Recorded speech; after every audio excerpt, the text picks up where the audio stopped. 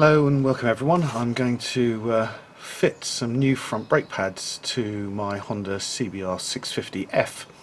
And you can see the front calipers here. They're Nissin 2-piston calipers, relatively simple to do. Caliper on both sides. I've already done the first one, and so I'm now going to show you the second one.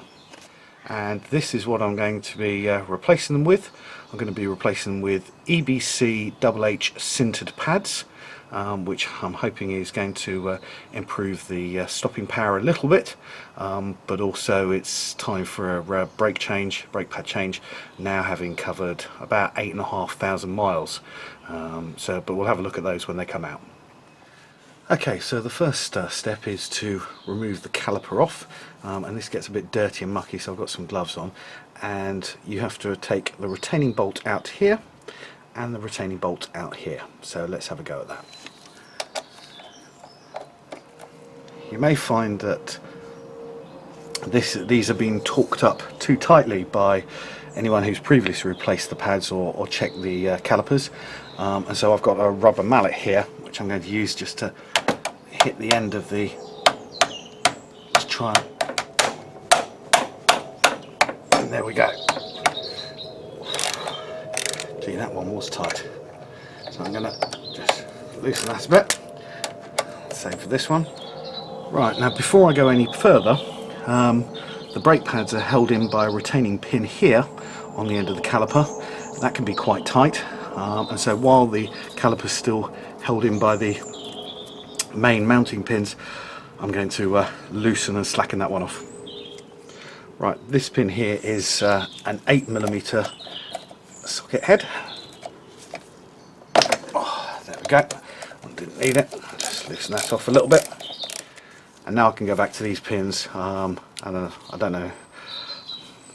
I should have mentioned this is a 12mm socket. And you'll notice on the pins here that there's some thread lock on it as well. So I'm going to put when I replace them a little bit. But keep that safe. That's the bottom one. Now you want to take the caliper and slide it off the rotor backwards that way. Push upwards a little bit and out it will come. Now here you can see, here are the pads which are going to come out. So now we've got the caliper off. You can see here this retaining pin goes all the way through, which holds the pads in, so we now have to take that out. You'll find that once the screws come all the way out, you may well need to use some pliers to get the pin out. Actually, you just then have to give a twist and a tug to get it out.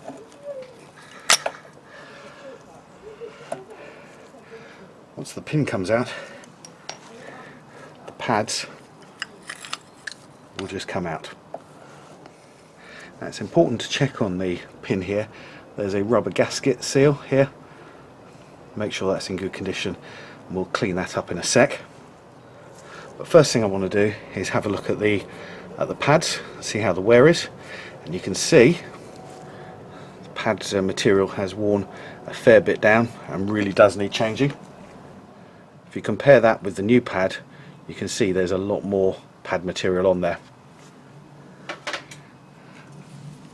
And what I'm checking for here is even wear across this way, and then also even wear across this plane. Actually, they're in good shape. I'm also going to just check the rotor here.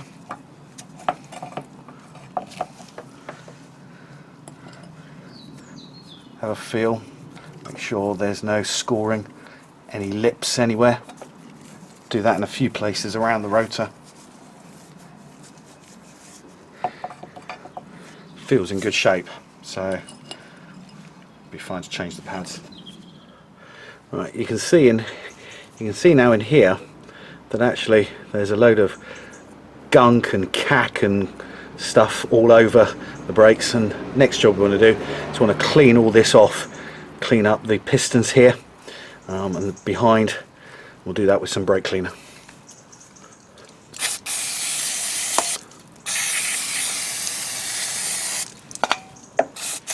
An old toothbrush is really good for getting in and agitating.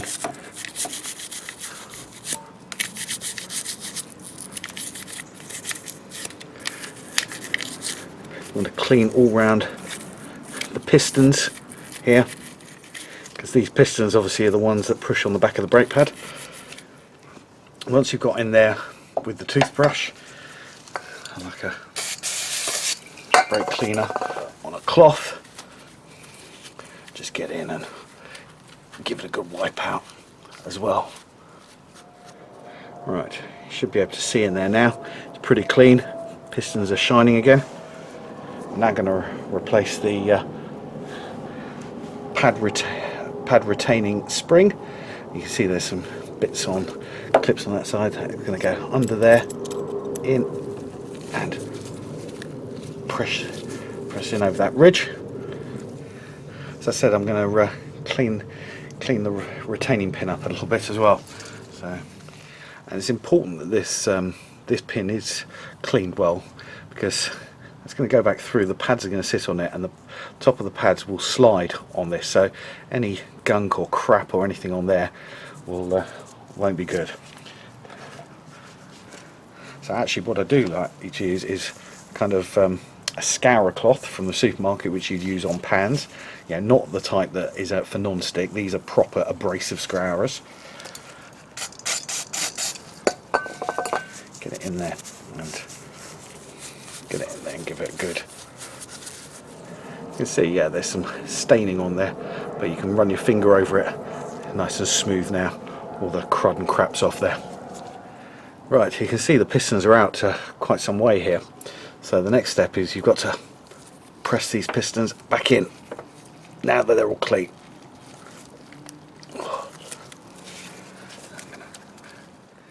Push one out, they'll come back in, and you just jiggle them until you can get them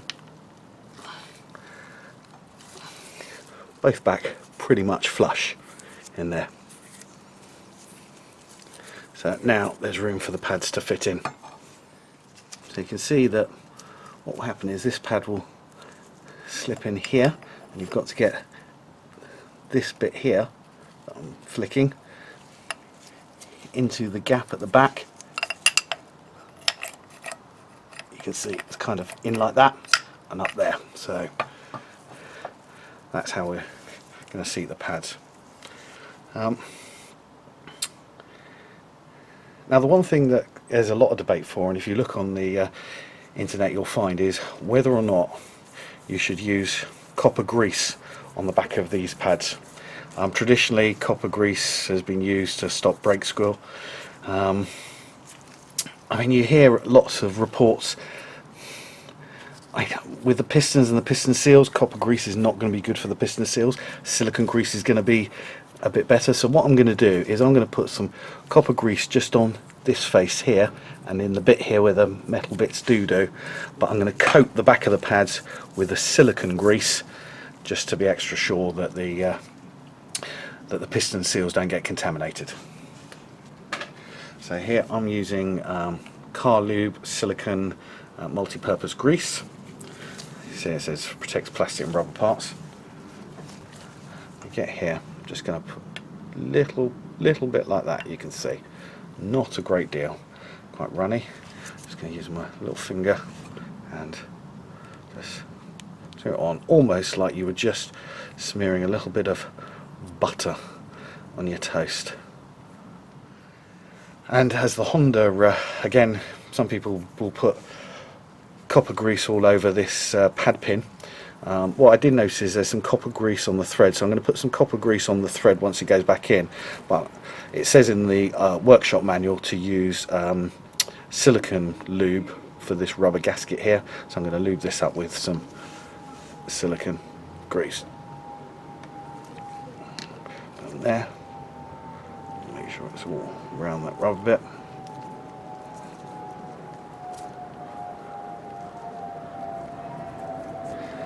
Now it's good to go.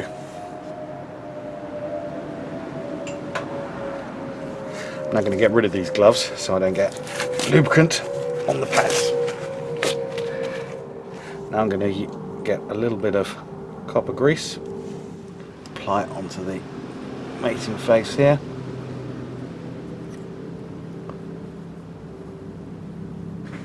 A bit more onto this bottom bit. A little bit into the back bit where the pads slip in. Now this is not difficult, but just slightly tricky of getting the pads in. So remembering which way the friction material goes, making sure properly seated in there. That one.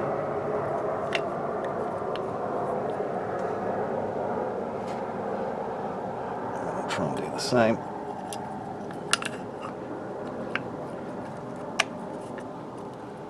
This one. Just having a check behind to make sure they're properly in. Located behind. So it's now well. Get the pin back in. Press down slightly on the. What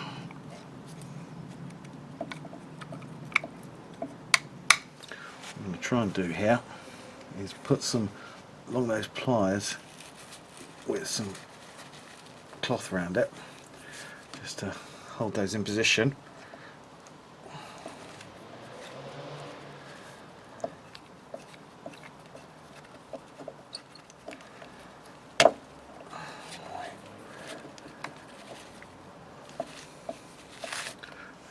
Right.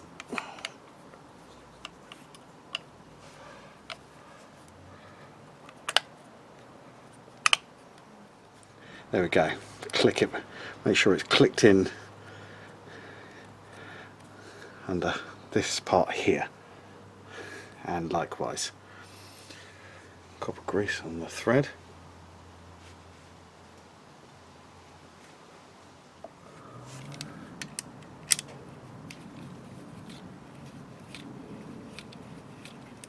Right, so that's only finger tight. I'm checking that the pad spring is underneath, checking that both pads are properly seated and in the links behind so they can't come out. Right, I've bungeed the caliper just out of the way, and because I'm using a new brand of brake pads, a different brand of brake pads from the original Nissin ones in there, and although they both meant to be sintered pads, they could well have a different braking compound. You can see on the rotor here, it's good even wear, there's no problems, no lips or anything. But what I'm going to do is I'm going to deglaze the rotor to make sure that it has the cleanest and best possible surface to mate with the new pads. So again, I've got this supermarket scourer, and I'm just going to run round and around the disc here. Not forgetting both sides. Just to take off any of the cack and crap that's been on the rotor face for any friction material that's transferred from the old pads onto the rotor. And now you should be able to see on here they're a bit more shiny, cleaner. Yeah, there'll be some scratch marks on there, but once the friction material hits and beds in, it'll be fine. And once you've been around with the scouring cloth, it's time to get the brake cleaner back on, and with a cloth you can wipe.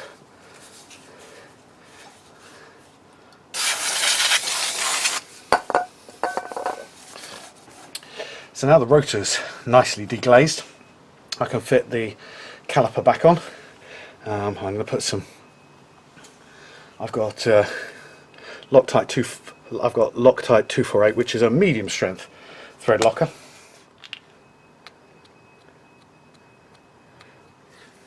And what I'm going to do is just make sure that where the bolt mates on here is nice and clean. And because I'm going to have a bolt head against here, I'm just going to put a bit of copper grease as an anti-seizing compound just around the face.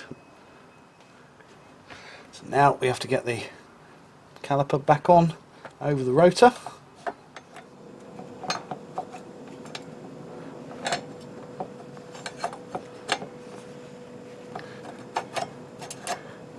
Right, there we go.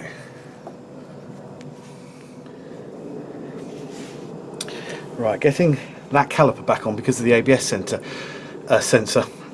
you want to make sure that the rotor bolts here, that you've got a good gap in between to be able to slide the caliper and the ABS sensor in clear of that. Just spent 5-10 minutes trying to jiggle and work it so that it would actually so I'm now doing these up kind of finger tight. Right, final thing to do is to torque everything up. So the pad pin, that needs to be torqued to 17 Newton meters.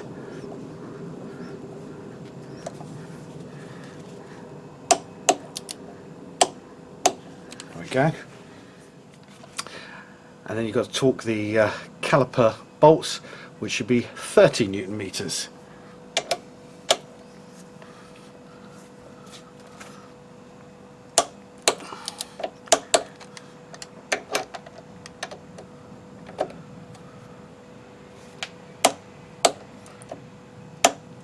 There we go. The final thing to remember, and you should only do this once you've done both sides of your front brakes, is that you've pushed your pistons all the way back into the caliper, and so what will happen is when you grab the brake lever, it'll probably go right back to the bar. So you need to pump a few times to build up the front brake pressure, see where things go. So we'll try that. So here we are with the front brake lever, and it goes straight back to the bar. So we're just going to pump that up. After much pumping, you should get to the stage where you get good pressure at the front brake lever.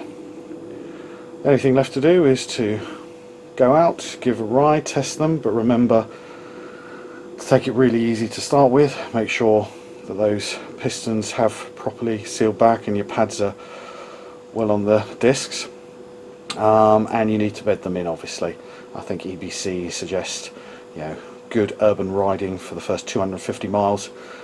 Some people I've heard say do 25 stops from 25 miles an hour. Other people have said no, start off slow, progressively. One of the things I did read was just to make sure always that when you're braking that you're not having to brake to come to a complete stop, and you keep airflow over the discs to keep everything cool, and that's the heat cycles which are bedding them in. But you'll have your own ways and find that. But I hope you found this useful, and that was how I changed the front brake pads on my CBR650F.